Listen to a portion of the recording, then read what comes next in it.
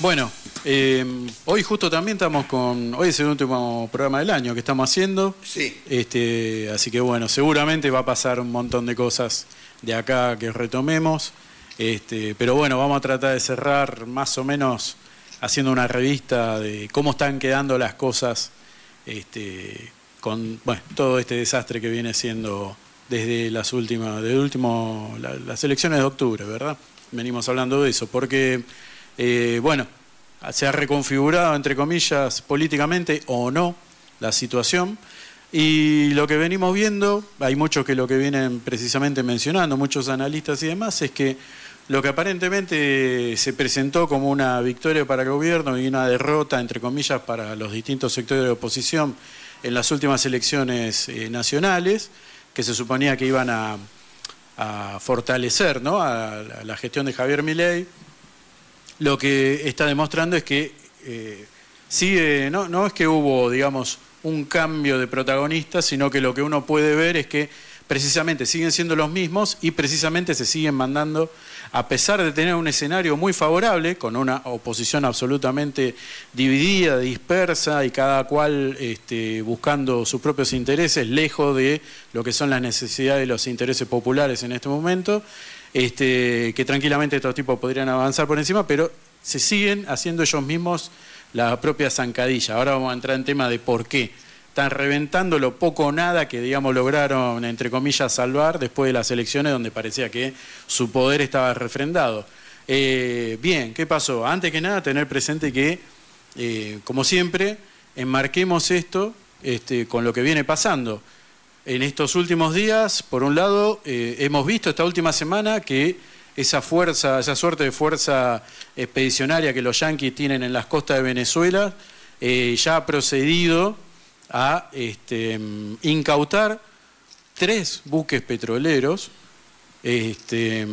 supuestamente con distintos argumentos, algunos declarados como que eran buques judicializados, otros que no tenían los papeles en regla, qué sé yo, pero digamos, básicamente...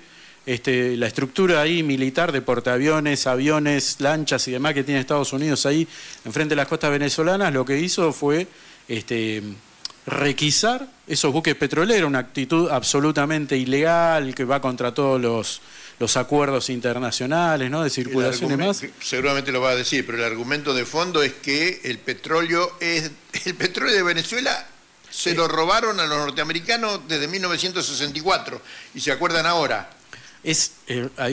Ahí es cuando uno se pone a pensar cuánto es de una cuestión discursiva,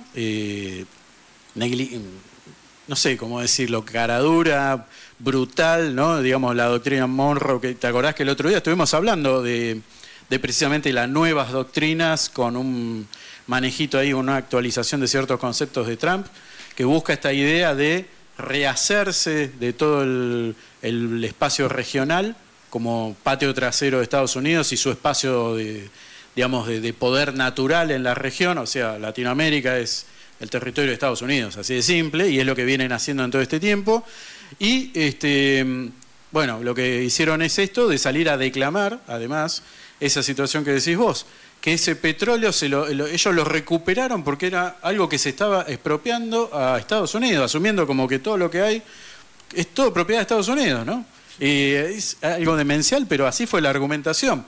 Hay varias alarmas ahí encendidas y también hay todo un temita que tiene que ver con qué está pasando a partir de todo esto, de toda esa situación de inseguridad con el tema del petróleo, de los precios del barril a nivel internacional. Y hay varias alarmas que están empezando a sonar por distintos lados. Se está pronunciando cada vez más seguido Rusia, también China, porque uno de los tanqueros, uno de estos buques, aparentemente es de propiedad china, más allá que tiene bandera de otro país. Bueno, todo esto se está generando un escenario que puede terminar mal. Ya no es solamente amague y que se está boqueando, digamos. Se está generando un escenario complicado. En ese sentido anduvo Lula, tratando, como digamos, de ser, entre comillas, la voz coherente de la región para decir no nos vamos a ir a las manos, piensen que esto va a ser un desastre si ustedes hacen algo. Trump, sí, claro, como usted diga, no importa nada. Y justo en esto, además, tuvo lugar este finde, empezado el jueves, viernes, una reunión de Mercosur, de esas que tienen lugar cada tanto, donde por un lado hubo un cambio de la presidencia y demás, viste que eso se va rotando una vez por año y demás, bueno. Pero que en realidad el pretexto de fondo para todo esto era, por un lado, tratar como de ver si se había algún tipo de pronunciamiento sobre esta situación de Venezuela, de parte del Mercosur como bloque, y por otro lado, algo que se está negociando hace rato y que Javier Milei se suponía que era uno de los animadores de todo esto, que es una suerte de acuerdo de libre comercio o cuanto menos levantamiento de algunas restricciones con la Unión Europea. Es momento que la Unión Europea también está medio colapsando por todo el tema de la guerra ucraniana. Bueno, ellos tienen su propio escenario de lío allá. La cuestión es que, bueno, hubo la juntada y Lula trató de ser como el protagonista de tratar de hablar de que tiene que haber una unidad latinoamericana para evitar los problemas, toda esta situación. Recordemos que obviamente Brasil es el gendarme sudamericano grande en estos días. Hemos hablado en otros programas sobre de que estuvo haciendo una actualización de su equipamiento, presentó nuevos submarinos. Bueno, digamos, es el hegemón sudamericano, ¿no? Es así Brasil y y su rol protagonista dentro de los BRICS. Bueno, está en eso.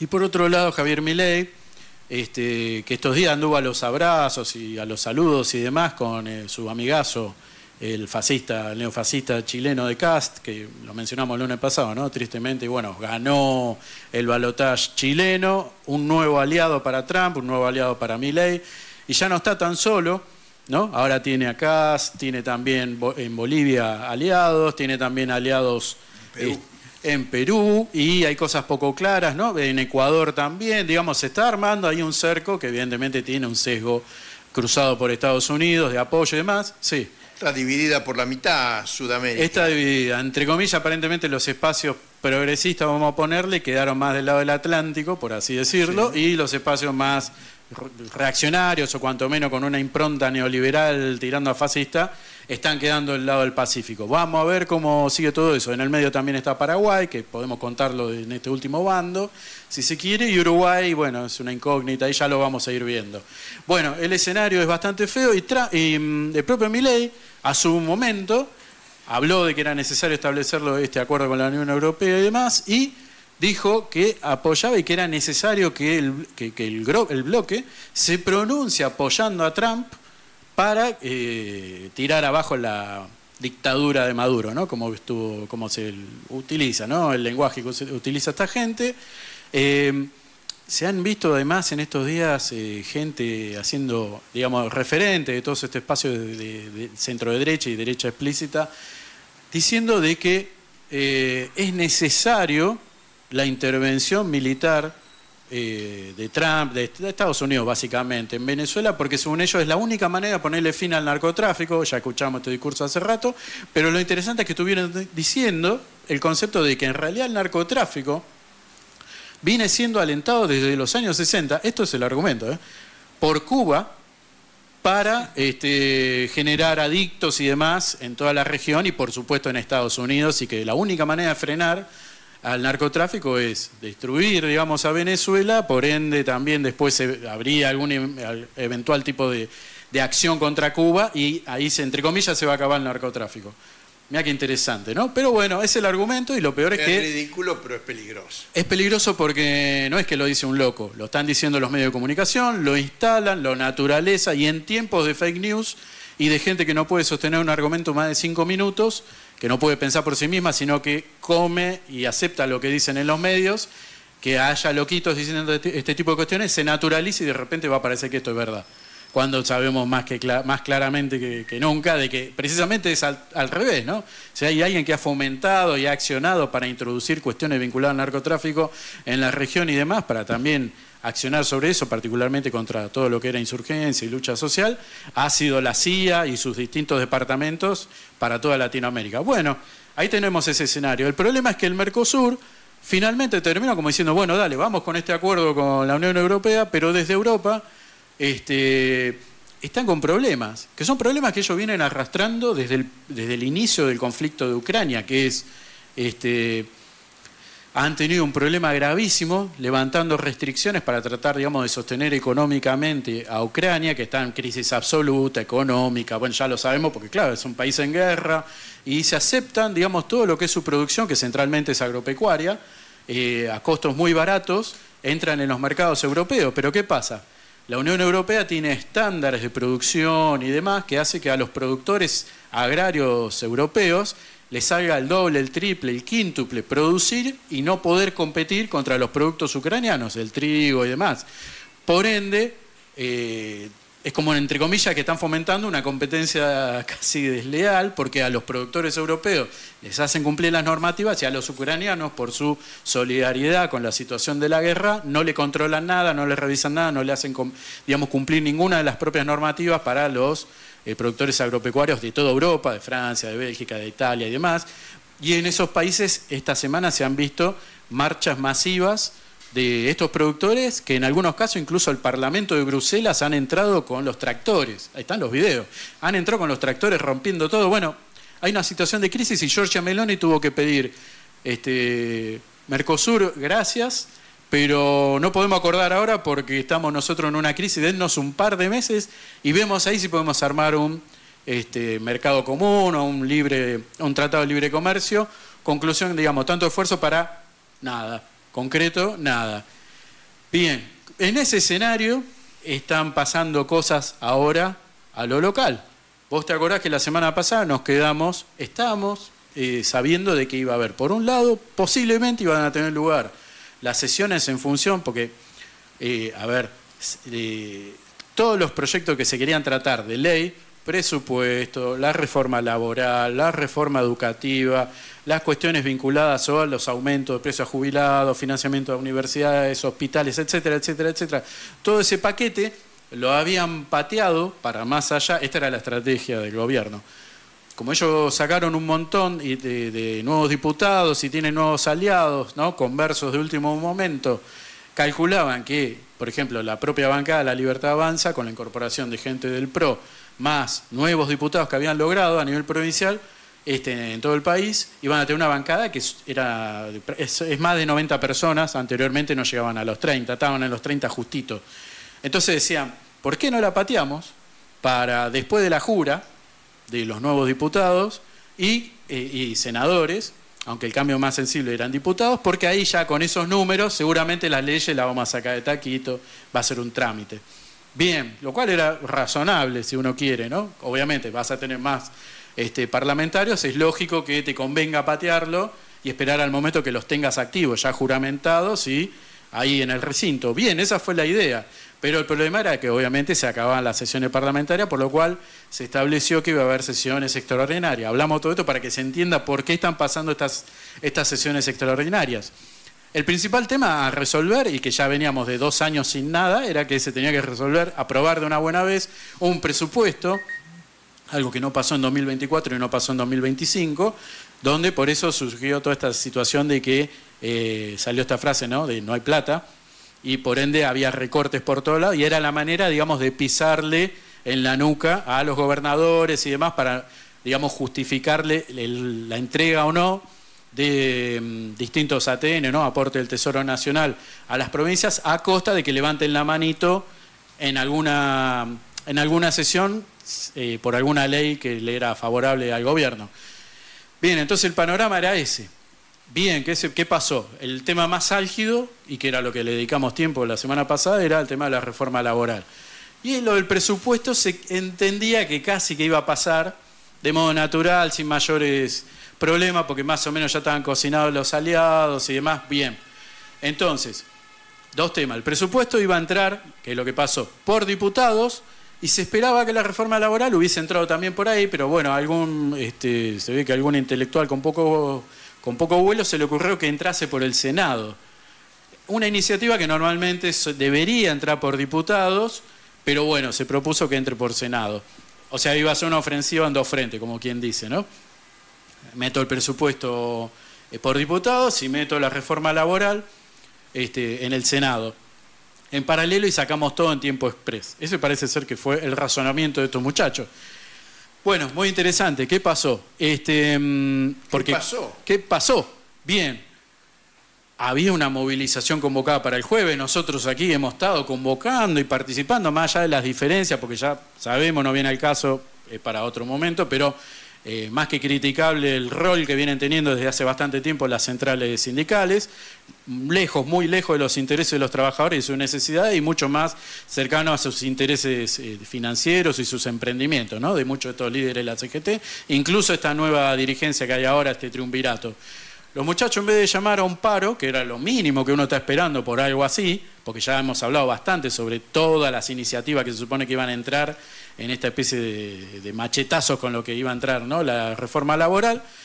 Bueno, se convocó una movilización para este jueves, que pasó, no hubo paro, era una movilización. Por un lado hubo dudas, vamos a ver, sí, qué sé yo. Bueno, al final terminó habiendo una marcha, ahora vamos a entrar sobre eso. Pero vamos a lo importante, que fue lo del miércoles. El miércoles empezó a sancionar lo del presupuesto y, como te dije, parecía que iba a ser un trámite, algo simple. Bueno, ¿qué pasó? A priori estaba todo más o menos acordado para que salga. De hecho, se empezó a sesionar en tiempo y forma y demás. Pero había que llegar a los números. Bien, a los números para la votación. Vos sabés que tiene que haber un quórum para iniciar la sesión y después un quórum específico para empezar a votar las leyes, que no es siempre lo mismo. Bien, ¿qué pasó acá en todo esto? A medida que fue pasando el tiempo y se empezó a votar, vos sabés que cuando entraron dos dictámenes, ¿no? Teníamos dos dictámenes, uno oficial, el de la Libertad Avanza, y después estaba el dictamen que había promovido Fuerza Patria. Bien, o sea, el espacio del peronismo. ¿Qué pasa con todo esto? De más está decir que el presupuesto de la Libertad Avanza consideraba un montón de recortes y demás, pero la táctica de ellos aparentemente había sido garantizarse los votos poniendo un montón aprobando presupuesto para obras públicas en distintas provincias, le hace Tucumán, en Misiones, donde tiene la gente aliada, y otras. Y por otro lado, hacer los recortes que necesitaba para, como dicen ellos, salvar que no haya déficit de presupuesto, ¿no? Es decir, que se sigan sosteniendo todos los recortes que ya hemos visto durante el año. Y eso es lo que hicieron, porque vos sabés que cuando entra un proyecto de ley, lo comento esto por más que pueda parecer aburrido, pero es necesario. Cuando entra un proyecto de ley, las leyes tienen capítulos y después tienen artículos. Uno se aprueba, si hay un acuerdo absoluto, por ahí se puede aprobar la ley en su totalidad. Lo normal es que no, más cuando es una ley de presupuesto, porque se supone que sin presupuesto, después en general no podés proyectar nada en el año porque no sabés si tenés los fondos para llevarlo adelante. Y a todo esto era importante que salga el presupuesto, además de todo lo que es obvio, porque era una exigencia explícita de Scott Bessent de Estados Unidos, porque le dijeron, nosotros necesitamos saber que va a haber plata. Nosotros necesitamos saber que ustedes va a haber financiamiento para que nos paguen todo esto que nosotros estuvimos haciendo para que ustedes ganen sus elecciones y demás. O sea que había intereses de fondo en todo esto. Léase en plata y léase en concesiones que se esperaba que tengan lugar. Bueno, ¿qué pasa con todo esto? El artículo 75 es donde estaban contemplados recortes y aportes. Se le ocurrió al Toto Caputo aparentemente una idea que es: metamos todo en un artículo para que eso se apruebe o no se apruebe, pero vamos con que se aprueba porque tenemos la gente, tenemos la mayoría, ya tenemos el acuerdo con nuestros aliados.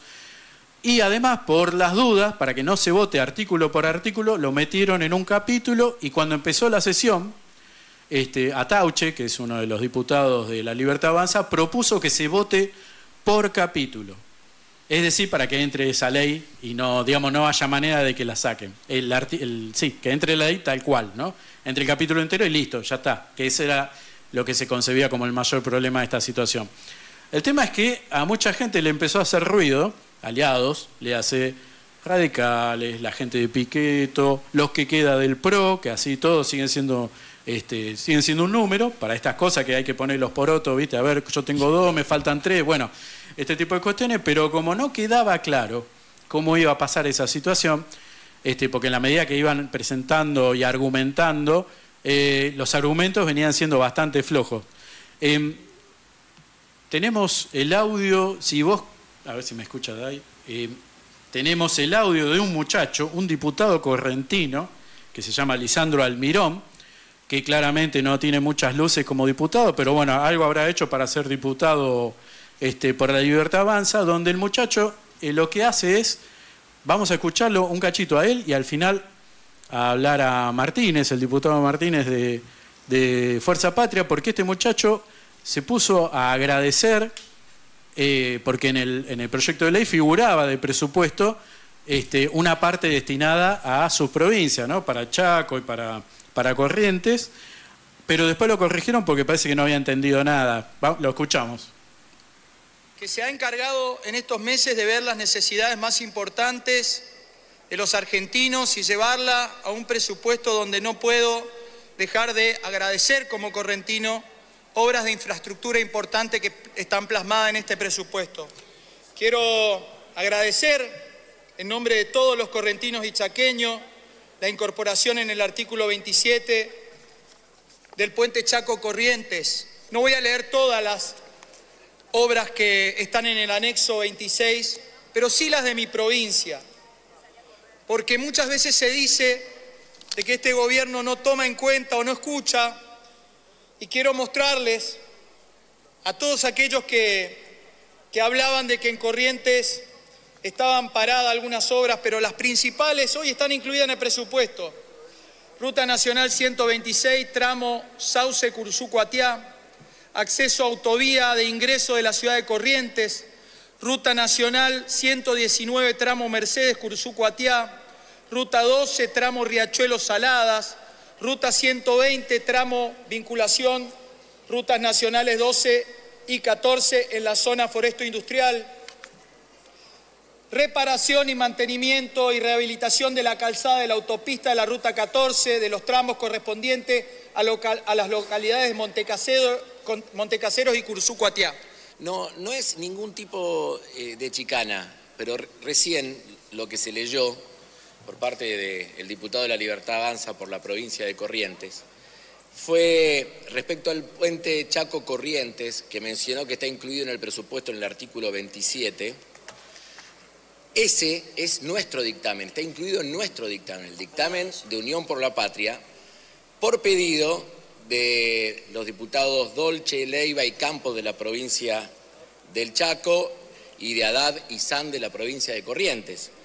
Y las obras que enumeró y que leyó taxativamente una detrás de otra están incluidas en una lista anexa que nosotros presentamos al artículo 26, que se llama Infraestructura Federal, y allí están las obras de la provincia de Corrientes que nos presentaron los diputados Haddad y San.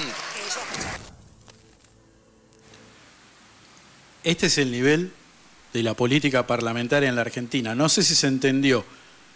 El tipo que sale a elogiar que en el presupuesto están contempladas un montón de obras públicas para su provincia y agradece, ¿no? Está haciendo toda una genuflexión, que básicamente uno puede entender que le está agradeciendo al gobierno, pero en realidad había leído el dictamen de la oposición, el dictamen del peronismo, y le estaba agradeciendo a ellos, que es lo que le destaca a Germán Martínez. No es el presupuesto de ustedes, es el presupuesto que proponían ellos, o sea, lo que este muchacho quiere está en el presupuesto de la oposición. Bueno, este es el nivel del debate. Conclusión, a medida que van pasando las horas, mucha gente no le empezó a cerrar este tema de los recortes que estaban contemplados ahí, y empezaron a decir, che, bueno, mirá, ¿sabés qué? No es solamente el problema del artículo. En todo caso, vamos a tener un problema directamente con todo el capítulo.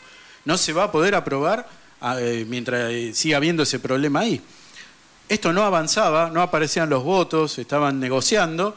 Se le ocurrió a este muchacho, Martín Menem, a todo esto es el presidente, ¿no?, de la Cámara de Diputados, hizo un cuarto intermedio, ya llegando a la madrugada, y negoció con el peronismo.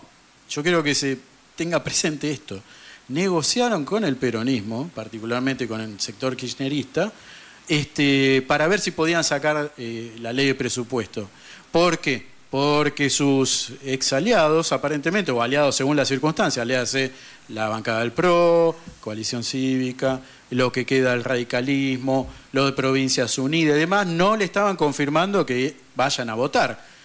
Situación que entonces se negoció en el medio de la noche a la mañana, que se votasen en el momento previo al presupuesto y sacándolo, como quien dice, de la galera, lugares que estaban pendientes en la Auditoría General de la Nación, algo que no estaba incluido en el temario del día, porque el temario del día incluía el presupuesto, no estaba la cuestión de la Auditoría General de la Nación. ¿Y cómo será que esto estaba cocinado? Que se propuso, se hizo una votación, se aprobó en el momento a estos auditores que precisamente quedaron designados. Rita Mónica Almada, por La Libertad Avanza, son 3, Juan Ignacio Forlón de la Cámpora y Pamela Caletti, que es del peronismo provincial, o sea que entraron 2 peronistas y uno de La Libertad Avanza y le sacaron esos lugares a gente que anteriormente era del PRO. Y esos muchachos a los 5 minutos que se aprobó, eran las 3 de la mañana. De repente aparecieron en el recinto y juraron. O sea, más cocinado, más acordado y más claro de que aparentemente estos señores que se están presentando, digamos, para entender, para que quede claro lo que es la política burguesa, cuando dicen de que son opuestos, que son enemigos, que son opositores, y estuvieron de acuerdo en votar lo que le convino. Y el presupuesto se terminó votando así, se terminó sacando el capítulo que era problemático y como entró sin hacer ninguno de los recortes que querían, porque se buscaba dar de baja la asignación universal por hijo, el tema de las asignaciones familiares, el régimen de zona fría, aumento de universidades, el tema de hospitales y la emergencia en discapacidad.